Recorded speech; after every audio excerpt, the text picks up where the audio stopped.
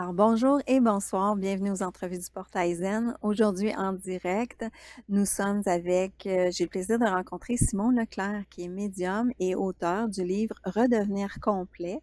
Alors, je le montre ici à l'écran. Bonjour Simon, ça va bien? Allô Suzy, ça va super bien. Merci de m'accueillir. J'aime vraiment ça faire ces entrevues-là. Alors merci. Oui, et puis j'ai vu que les gens avaient partagé, liké, fait que je pense qu'il y a beaucoup de gens qui aiment ta présence, qui probablement te suivent déjà sur Internet. Alors Simon, on va parler de différentes choses aujourd'hui parce que j'ai pu bénéficier avec toi d'une séance. Je vais pouvoir dire comment quel était mon senti avec ça. Et ton livre Devenir complet, mais ça parle aussi un petit peu de ça, de tes séances avec les gens. Ça parle de ton parcours. Fait qu'on va commencer du début, là. Comment t'en es venu à écrire ce livre-là? En fait, le livre est basé sur un atelier, une formation que je donnais. Au début, je parlais beaucoup de la réincarnation. J'avais vraiment l'idée de démystifier En fait, j'avais monté un atelier qui s'appelait Pourquoi nous réincarnons-nous? Ça, c'est il y a une dizaine d'années environ. Et j'avais vraiment développé une compréhension du processus de la réincarnation où une des clés pour moi qui était importante, c'était d'enlever le côté, d'abord ésotérique, je dirais, de la réincarnation, du genre, je suis parti des étoiles dans la lumière, puis je suis revenu sur Terre contre mon gré, ou je sais pas pourquoi je suis ici. Tu sais, je voulais Le vraiment côté victime, démystifier. hein? Ouais, je voulais enlever le côté, coudonc, je pognais avec ma mère, puis ma soeur, puis je l'aime pas, mais tu sais, ce côté-là, pour moi, je le trouvais contre-évolutif, tu sais. Ouais. Et je comprenais là, profondément quand tu es en réaction avec ta soeur, ta mère, la voisine d'en face, c'est pas le fun de s'imaginer, Suzy, qu'il y a quelque part une partie de moi qui a créé ça. Tu sais, le premier réflexe, c'est de s'en aller dans la lumière en pensant que plus on court vite, plus l'ombre, on va la laisser derrière. Hmm. On se rend compte, et ça a été mon chemin à moi, on se rend compte qu'on le traîne dans le sac à dos, qu'on ne peut pas le larguer. Je le dis en blague là, dans le livre, je dis, il n'y a pas de déboueur cosmique dans l'univers qui vient ramasser ce qu'on ne veut pas gérer. T'sais. Il y a juste nous qui pouvons, à partir de notre lumière, éclairer nos ombres. Et ça, c'est vraiment une phrase importante. On ne se débarrasse pas des ombres, on éclaire les ombres à partir de la compréhension de qui on est. T'sais, on est des êtres de lumière, mais qui vivons dans un monde de dualité, là où on cohabite avec l'amour et l'absence d'amour, la compassion et l'absence de compassion, la bienveillance et l'absence de bienveillance. Tout ça fait partie de notre réalité. Et si on réagit à tout ce qui nous perturbe, on n'est Ouais. pas en train de choisir la lumière, on est en train de se sauver de l'ombre pour aller vers la lumière. Et pour moi, c'est pas un choix, c'est une réaction. Je me suis rendu compte dans mon parcours spirituel que cette dualité-là, si on ne la comprenait pas, elle était comme un chapeau de plomb qui nous empêche d'évoluer, qui nous Mhm. empêche d'avoir une vie qui nous ressemble. On va Ouais. évoluer, mais on va évoluer dans les lourdeurs, les vents contraires et tout ça. Donc, l'idée du livre, ça fait au moins 10 ans que je l'avais, mais ça fait 30 ans que je me forme. Donc, je pourrais dire que ça fait 30 ans que le livre est en gestation, mais Ouais. c'est basé sur l'envie de démystifier la réincarnation.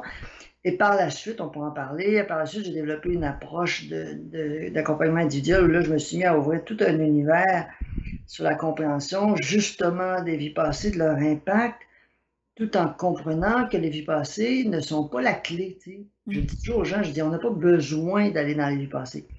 Moi, je me sers des vies passées comme un miroir grossissant pour que les gens puissent comprendre à travers les vies passées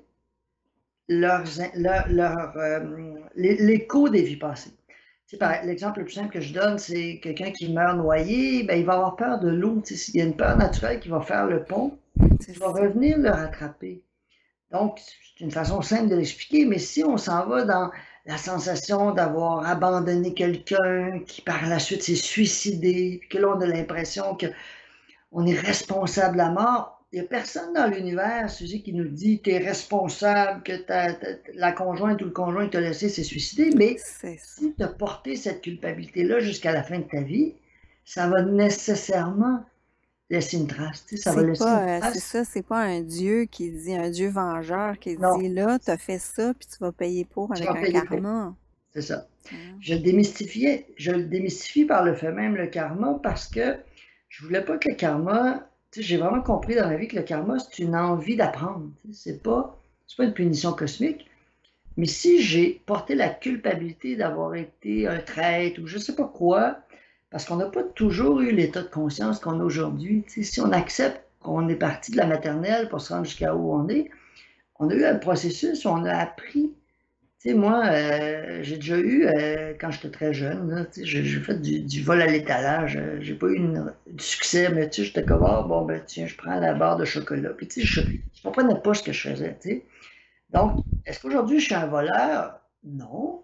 Mais j'ai, est-ce que l'expérience du vol fait partie de mon voyage? La réponse est oui, tu sais. Mm. Alors, bien sûr, si on n'arrive pas à regarder nos leçons passées puis à en prendre la sagesse, comprendre l'impact qu'elles ont eu sur les gens autour, ben, ces leçons-là n'arrivent jamais à construire notre aura, notre sagesse. Et l'âme, qui est tellement en quête d'évolution, ce qu'elle va faire, c'est qu'elle va reproduire des scénarios Mm. qui vont nous faire revivre les émotions qu'on n'a pas gérées. OK. Dans le Attends. but de les apprendre. Oui. Puis là, je sens que j'ai des questions avant que tu continues parce Ouais, ouais, que vas-y, vas-y. faut qu'on distingue, il y a une différence entre l'esprit, l'âme. Ensuite de ça, moi, dans ma tête, il me semble que un coup que disons, dans ma vie antérieure, je suis décédée, je suis partie avec certaines culpabilités, certaines lourdeurs, ben, personnellement, dans ma tête, je me disais, ben, si tu vas au ciel ou tu vas voir tes guides, ben là, je pensais que tu étais supposé de guérir ça, puis on revient comme un petit peu, ben, peut-être que j'avais pas l'impression qu'on les transportait. Mais ce que je Ouais. comprends, c'est que c'est comme dans l'énergie, on le transporte, veut pas, si c'est pas réglé, si c'est pas Effectivement, ben, compris. en fait, c'est une très bonne question. Si je ramène l'image de mon livre, là, tu sais, Oui, l'image, qu'est-ce qu'elle dit? oui, Il y a un pêcheur, je sais où je suis rendu, un pêcheur qui s'en va chercher des sphères. des Et petits bonhommes. symboliquement, et le titre s'appelle Redevenir complet. La pochette du livre décrit vraiment bien le concept de ce que j'enseigne, c'est-à-dire, bien sûr, on retourne dans notre lumière. Bien sûr, on retourne dans une légèreté, c'est le festin, on est accueilli, on retrouve les On est dans guides, l'amour. on retrouve l'amour, puis plus on est détaché, puis en paix avec notre vie, puis on dit, regarde, j'ai fait mon mieux, puis Oui. s'obéit, plus l'ascenseur nous amène haut. C'est ça, c'est la base du concept de l'après-vie. Par contre, si je reprends mon exemple de la dame qui a abandonné son conjoint, puis qui s'est suicidée, puis elle a senti la culpabilité, Oui.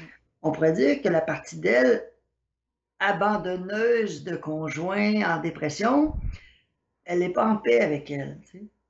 Encore une fois, il n'y a personne dans l'univers qui dit tu n'as pas interdit d'abandonner un conjoint, c'est juste qu'elle, elle en a porté le poids. Mhm. Et c'est vraiment là l'élément clé, c'est elle a porté la culpabilité. Et c'est ça qui crée la lourdeur. Ce n'est pas le concept qu'il faudrait se sentir coupable. C'est Mhm. parce qu'elle en a porté la culpabilité. Donc, on pourrait dire que la culpabilité, c'est l'inverse de l'amour. C'est le chemin inverse, c'est-à-dire la honte. Tu sais, c'est vraiment le poids. Oui, l'inverse de l'amour de soi, hein. C'est ça. Ouais. C'est ça. C'est pour moi l'inverse. Donc, qu'est-ce qui se passe? C'est comme une fragmentation. C'est-à-dire que quand je vais quitter la Terre pour retourner dans ma lumière, je vais laisser derrière ce concept-là je reprends mon exemple, donc de la femme abandonneuse d'un mari dans un mauvais moment qui s'est suicidé. Et là, cette partie-là va rester dans l'énergie comme quelque chose de pas géré. Tout simplement parce que Comme la dans les culpabilité, corps énergétiques de la personne, euh, si tu veux, en fait, ou il se passe comment vraiment on une le voit? fragmentation. Il se Une passe vraiment une fragmentation. comme, imagine un fromage gruyère. Là. Ouais. Imagine on est le fromage au complet, mais il y a un morceau de nous qu'on laisse derrière. C'est comme une fragmentation et ce morceau-là s'en va dans l'aura de la Terre pour nourrir des égrégores. Puis, on n'a pas besoin, tu sais, je peux l'expliquer, Ah oui, puis ça aussi, c'est intéressant parce que tu en c'est parles dans ton livre, là. On c'est peut en ça, c'est revenir une après. image, Mm. les égrégores. Est-ce qu'il y a vraiment une partie de nous qui est partie? C'est pas si important que ça, mais symboliquement, on est fragilisé par la culpabilité qu'on n'a pas gérée sur Terre. C'est ça. Parce que c'est sûr, Suzy, si tu retournes dans ta lumière, puis tu vois le plan complet, puis tu retrouves l'amoureux qui s'est suicidé, puis tu comprends pourquoi il s'est suicidé, parce que ça fait 4 vies qui est dans le même pattern. Puis, tu sais, puis là, tu as juste été la personne qui a pesé sur le bouton. C'est beaucoup plus facile de dire, ben mon Dieu, avoir su, je m'en serais pas fait avec. Mais tu comprends, c'est pas le choix qu'on a fait. C'est le choix qu'on a fait, c'est de se sentir coupable et de ne jamais gérer ma culpabilité. Mm. C'est ça qui est la leçon. C'est pas de comprendre le sens de pourquoi il s'est suicidé, c'est de me pardonner d'avoir cru que c'était de ma faute. C'est ça. Parce que j'ai fait mon possible, puis ça fait pas de sens de me mettre moi en dépression pour accompagner quelqu'un en dépression en se disant, ben, je vais me mettre en déséquilibre pour pas qu'il soit en déséquilibre. C'est comme, ben, attends une minute, est-ce qu'on peut penser à une autre solution Mhm. que Mhm. de se mettre tout le monde en déséquilibre? Ouais. Alors, en fait, c'est à cause de ça qu'on refait des vies et on refait des vies, En fait, en partie. le concept de la réincarnation, c'est un concept évolutif. Mhm. On revient sur Terre pour évoluer. On ne revient pas sur Terre pour se faire pardonner nos erreurs. Mhm. Par contre, en cours de route, les dossiers qu'on n'a pas gérés, l'âme en profite pour nous les refléter, nous les renvoyer. On pourrait dire qu'on arrive avec, dans la valise, dans le livre, je donne toujours l'exemple de la valise à la gare de train, on pourrait dire qu'on arrive avec les thèmes dans la valise. Mhm. Et un jour, il y a ce que j'appelle un point d'ancrage qui survient dans notre vie. Il y a un moment où on rencontre une situation qui réveille la valise, qui ouvre le contenu. Par Mhm. exemple, dans mon exemple que je viens de donner, on pourrait revoir ce mari-là. Ah oui, ça, c'est le point d'ancrage, hein, ça C'est aussi, ça, c'est, le ouais, concept du ouais, point ouais. d'ancrage. OK. Donc, on pourrait revoir ce mari-là, par exemple. Et là, on ne comprend pas pourquoi, mais tout en nous veut sauver. C'est peut-être un voisin en difficulté, c'est peut-être un nouveau conjoint qui se présente. Mais là, on dit, oh mon Dieu, je ne sais pas pourquoi, c'est pas mon genre, mais il faut que je l'aide.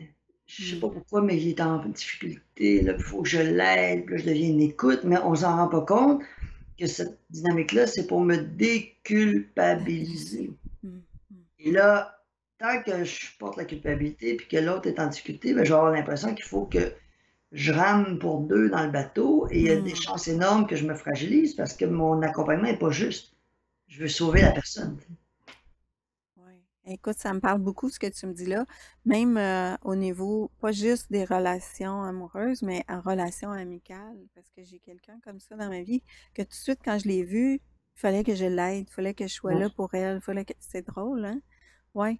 Alors, Tu sais, ça, puis ouais, j'en ai vu beaucoup des histoires comme ça. J'ai ouais. vu des histoires dans mes consultations de deux jeunes femmes qui étaient en Inde, sont allées se promener en forêt, puis il y a un animal, je pense que c'était un tigre qui est arrivé, puis ils se sont sauvés les deux, puis celle qui courait la plus vite a survécu, puis pas l'autre, tu sais.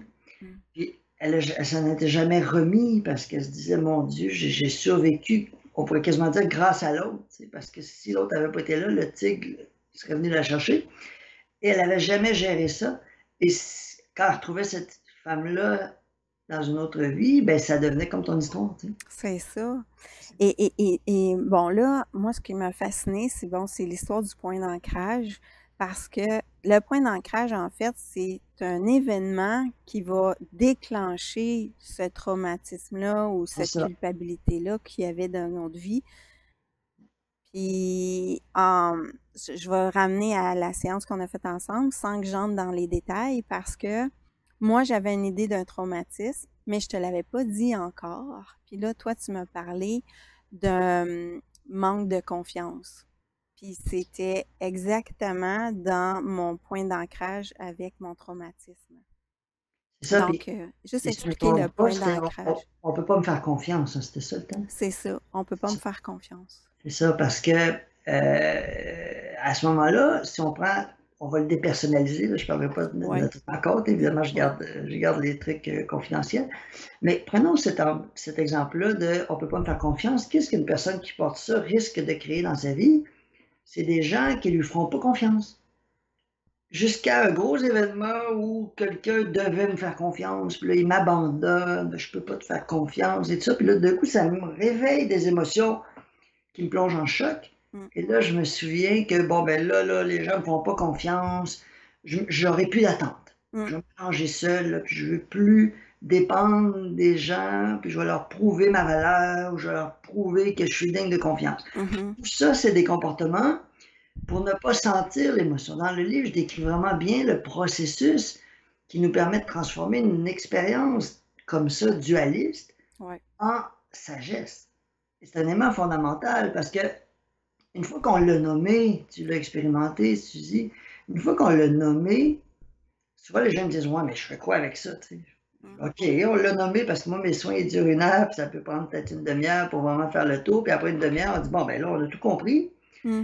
Puis là, je dis aux gens: «Ben, OK, mais si on arrête là, je peux te dire tout de suite qu'il y aura rien changé dans ta vie parce que tu l'as compris, mais tu l'as pas Avec le intégré. rationnel, c'est Tu l'as ça. pas intégré dans ton Mmh. corps. Ton corps va continuer de rouler le même disque, même si tu l'as compris. Mmh. Qu'est-ce qui va faire la différence? C'est que tu as rendez-vous avec ce qui est là. Dans ton cas, sans le personnaliser, mais tu comprends, toi, tu avais à aller vraiment au fond, ressentir: «On ne peut pas me faire confiance. On Mais ne me fait pas c'est confiance». ça. C'est Moi, ça, c'était que j'avais pas confiance dans les gens, parce que ça a commencé avec la non-confiance de mes parents. c'est ça. Mais après ça, ben, ça pouvait faire du sens parce que j'ai juste, tu sais, il faut que tu le ressentes. Moi, je sais ce C'est que ça. j'ai lu dans ton livre, c'est lorsqu'on ressent les émotions et les sensations liées à un scénario, peu importe ce qu'il est, on le fait bouger intérieurement et on permet à notre âme de le comprendre. Donc, Exactement, c'est le ressenti qui est le plus exactement. important. En fait, il y a 2 éléments dans ce que tu viens de dire. Il y a une qualité de présence à soi, parce que Mmh. souvent quand on est challengé par les émotions, on veut pas les sentir, c'est trop On confronté, fuit. Ouais, on ouais. fuit, on est comme dans les airs, on n'habite pas notre corps, on regarde ça d'en haut. Mmh. Les gens, ils vont être familiers avec la sensation d'anxiété. Parce que quand on fait de l'anxiété, c'est à peu près typique de tous les gens qui font de l'anxiété, c'est qu'ils habitent pas bien leur corps. Ils sont Mmh. pas en contact avec le corps émotionnel. Et souvent, je vais dire ça aux gens, ils vont dire: «Ben, je les vis mes émotions, ça fait 4 jours que je suis dedans». Ben, justement, si ça dure 4 jours, tu es pas dans ton émotion, tu es en train de brasser la soupe de l'émotion, mais tu es pas dedans. Quand Mmh. tu es dans l'émotion, ça dure 2, 3 minutes, ça dure pas 4 jours. Mmh. Donc, Intéressant. si ton émotion, ça fait 4 jours que tu es pris avec, c'est parce que tu sais pas comment la gérer, tu sais pas comment rentrer dans ton corps pour aller ressentir profondément ce qui est là. Et ça demande juste une qualité de présence au corps. Je le dis souvent, je dis: «Vous n'avez pas à vous occuper du corps émotionnel». Le corps émotionnel, c'est sa tâche de vivre des émotions. Vous avez à vous occuper d'être dans votre corps. Plus on est dans le corps, très, très présent à ce qui est là, plus le corps émotionnel est en contact avec ce qu'on vient de nommer. Tu sais, par exemple, si on passe une demi-heure à faire le tour puis à vraiment bien cerner le problème, puis que là, on va ressentir ce qu'on vient de nommer, on le voit tout de suite, hein, l'aura elle change. Là. Tu sais, je le vois dans l'énergie, là. Je vois que l'aura se met à changer, le vert arrive, les couleurs de guérison, tout d'un coup, la personne, puis elle termine, puis elle dit: «Ah bon, je sais pas». Puis c'est simple, tu sais, dans le fond, le processus, hein, tu l'as vu, tu l'as expérimenté, c'est pas compliqué. Ça demande une qualité de présence, puis une honnêteté. Mmh. Et être honnête, Mmh. vraiment arriver au point de nommer ce qui est là. Puis des fois, c'est pas juste d'honnêteté, des fois, on le voit juste pas, mais d'être Ouais, capable de le nommer, puis de l'identifier, puis après ça, de le ressentir. c'est ça, parce que toi, tu arrives avec, dans ta séance, tu arrives avec la en fait, on peut parler que tu utilises l'antenne de Oui, l'échelle et là, tu peux sentir et voir la vie antérieure de la absolument. personne. Ouais. C'est bon, est-ce que tu veux m'en parler? Ouais, ben, en fait, l'outil l'antenne de l'échelle, pour moi, est apparu dans ma vie en 2010. Puis j'ai toujours senti que j'ai toujours compris qu'il y avait dans l'énergie quelque chose, on pouvait capter l'invisible. Il y a des années, je travaillais avec le test musculaire. Après ça, il y avait les pendules qui sont apparues. J'ai vu les baguettes de sourcier. Donc, je savais qu'il y avait une façon de communiquer avec le subtil. Quand j'ai découvert l'antenne de l'échelle, pour moi, ça m'a pris très peu de temps avant de la faire fonctionner. Je dis: «OK, enfin, j'ai trouvé mon outil». Mmh. Mais la façon qu'il était enseigné, pour moi, c'était pas ça que je voulais faire avec. Tu sais, on s'en servait beaucoup pour faire des nettoyages énergétiques, lire des lignes, énergétiques sur la planète, ils appelaient ça des ley lines, je crois, en anglais, là. Ouais. Des lignes, Tellurique, là, les lignes, telluriques, ouais, oui, c'est oui, ça, oui, tu sais? oui. On fait des nettoyages, puis on dit: «Ah, la maison, tu devrais pas la mettre là, mets-la à côté parce qu'ici, il y a une ligne qui devrait être dégagée». Tu sais, ce genre-là, qui est complètement nécessaire, là, je questionne pas ça, je critique pas ça, mais pour moi, l'outil me convenait, mais l'utilisation me convenait pas. Tu sais, c'était pas Mmh. ça que je voulais faire. Alors j'ai commencé à émettre des intentions avec l'antenne de l'échelle pour la brancher sur mon canal qui voulait aller comprendre la source des blocages. Et c'est là que j'ai commencé à poser des questions sur les blocages et à me servir de l'antenne pour remonter. Et là, on a commencé à me donner des informations, intuitivement, on va voir à telle place, puis tout d'un coup, l'antenne de l'échelle devenait le prolongement. Tu l'as vu dans le soin, on Mmh. arrive à des Mmh. niveaux, là, je suis moi-même étonné. Là, j'avais Ouais. quelqu'un cette semaine là, je lui dis, qu'est-ce que tu as vécu à 27 ans? Puis là, après ça, elle me dit, je ne sais pas trop. Ben, je dis, au mois de septembre. Puis là, elle me dit, ah, c'est en septembre 97, j'ai été d'urgence à l'hôpital. Elle se souvenait très bien Ouais. que c'était ce mois-là qu'elle rentrait à l'urgence. Puis là, dans le soin, il fallait qu'on parle de ce qui s'était passé. Tu sais. J'aurais pas pu utiliser mon canal pour dire qu'est-ce que tu as vécu en 97, en septembre. Non, exactement. Tu sais, j'ai pas un canal, en tout cas, je connais pas grand monde qui a un canal qui est capable d'aller aussi loin que ça. Alors, c'est pour ça que je suis capable d'utiliser l'antenne combinée à mon intuition. L'intuition va me donner de l'information sur la situation, puis l'antenne va raffiner. Tu sais, Mmh. par exemple, je vais dire, bon, je sais pas pourquoi, parle-moi de ton groupe d'amis, tu as des filles autour de toi, des femmes. Tu sais. Oui, oui, j'en ai Oui. moins quatre. Eh ben, OK. Bon, ben, ouais. nomme-moi les prénoms. Ah, il y a Nathalie, Martine, Julie. Ah, Julie. Bon, ben, ça, c'est l'antenne qui va me dire. C'est pas. Tu sais, mon intuition, elle va me dire, parle-moi d'une fille autour de toi, puis l'antenne va me dire, c'est Julie. Mmh. Et quand la personne va me parler de Julie, là, je vais dire, là, ça va me dire encore, dis-lui de dire n'importe quoi. Fait que là, je dis, comment est Julie? Ah, Julie est gentille, elle pense à moi, elle est à l'écoute. OK. Puis là, quand elle va dire, mettons, elle est à l'écoute, là, tout d'un coup, mon antenne, elle bouge. OK, à l'écoute. OK, parle-moi de ça. C'est quoi être à Wow. l'écoute? Puis là, la personne va aller sur à l'écoute, puis je dis, OK, on oublie Julie, on garde juste à l'écoute, puis là, on part avec ça. Et là, tout d'un coup, OK. on découvre qu'elle a peut-être été jugée d'avoir manqué d'écoute. Tu sais, on fait le lien Ouais. avec la question. Puis là, moi, je suis fasciné. Je vois le casse-tête, la boucle qui se referme. Wow. Je me dis, waouh, comment j'aurais jamais pu, avec ma personnalité, aller là. Là. C'est pour ça que C'est je vraiment demande l'aide intéressant. de la grande main invisible, combinée à mon intuition. Donc, je ne m'exclus pas de l'équation. Tu sais, je sais que je ne pourrais pas donner mon antenne aux gens et dire, faites-vous un soin vous-même. Il faut que je sois là. Mais en même temps, c'est pas ma personnalité qui contrôle ça. Tu sais, j'ai beaucoup d'humilité de dire c'est moi, mais c'est pas moi. Tu comprends quand je Mmh. le dis de même, Ouais. c'est moi Ouais, dans tu ma le canal. lumière, mais Mmh. je peux pas partir et dire hey, moi, là, je l'ai l'affaire, là, puis tassez-vous, j'arrive parce que il n'y aura plus de collaboration. Tu sais. Si je veux que l'invisible collabore, il faut que le visible reste humble. Tu sais. Exactement. Puis pas juste humble dans le sens de modestie, là, mais dans le sens que c'est vraiment pas moi. Là, c'est vraiment pas ma personnalité qui le contrôle. J'ai l'honnêteté de le dire. Je contrôle pas les soins. Même au début, là, je sais même pas où ça va aller. Là, on se ferme les yeux. Je dis bon, ben, en tout cas, bon soin. On va voir où on s'en va. Je, je sais pas. Dans une de mes dernières questions, parce qu'on parle, tu me parles de la loi du miroir, on en parle dans ton livre, puis j'aimerais ça qu'on l'aborde ensemble parce que combien de fois, je trouve que de la façon qu'on l'aborde avec toi, c'est un petit peu différent.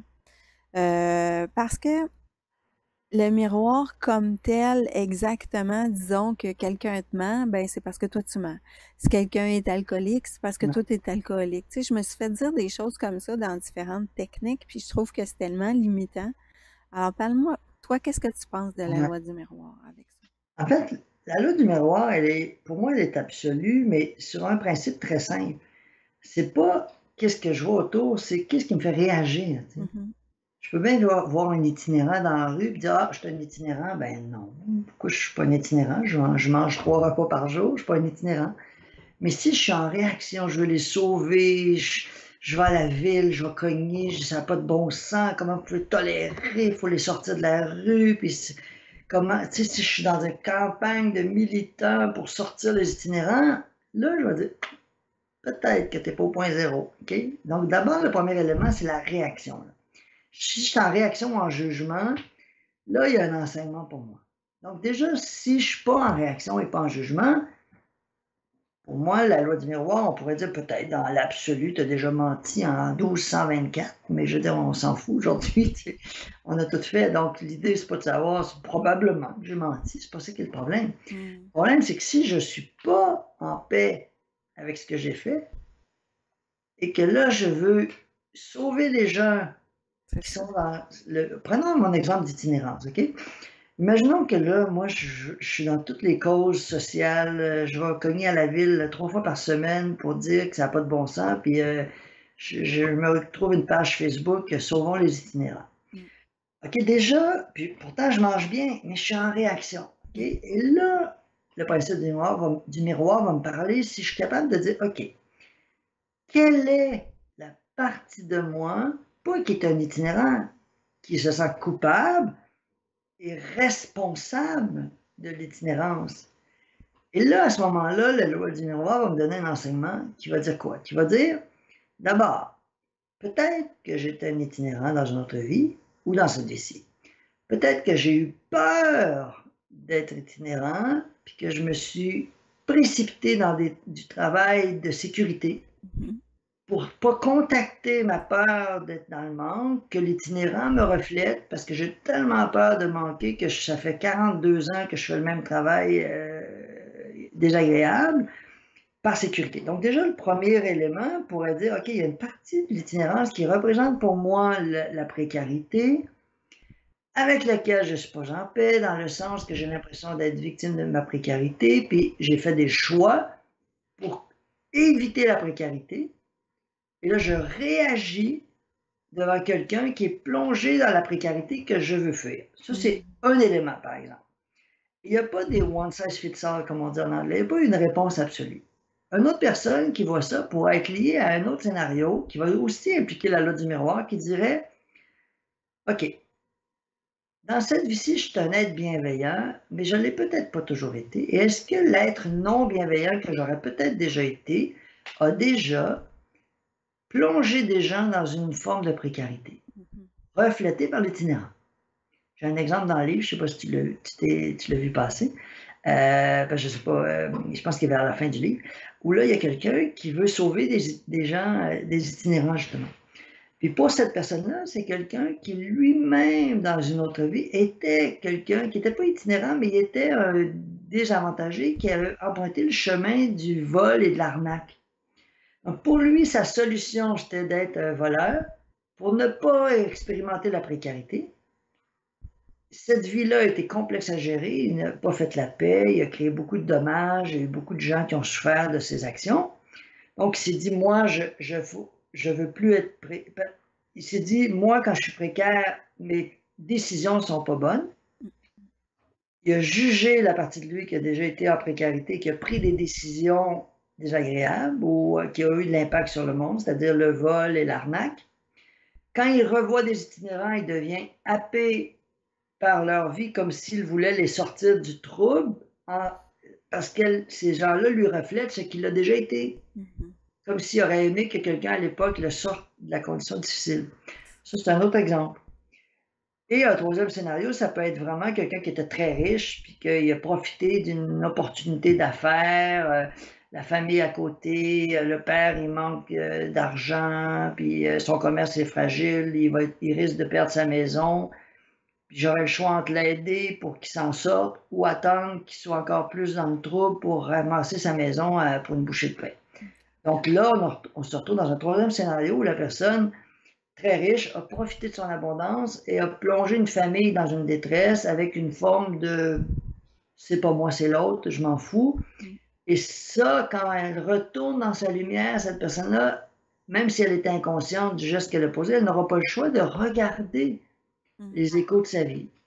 Tu sais, les catholiques nomment ce passage-là le purgatoire. Ouais. Mais ce purgatoire-là, il est symbolique, mais il est réel aussi. C'est un bilan net. Sinon, il n'y a pas d'évolution. Si on n'est pas capable d'avoir un bilan net de notre vie, il n'y a pas d'évolution. Donc, pour évoluer, on peut avoir posé des gestes et tôt ou tard, on va devoir contempler les échos. Si on le fait dans cette vie-ci, ben là, l'évolution va être accélérée parce qu'on va pouvoir se pardonner, faire le processus de guérison qu'on a parlé tout à l'heure, aller faire amende honorable si j'ai blessé des gens, dire écoute, je ne comprenais pas ce que j'ai fait, j'en suis désolé, puis trouver le moyen de réparer. À ce moment-là, on tourne la page et il n'y a plus de karma, c'est terminé. Mmh.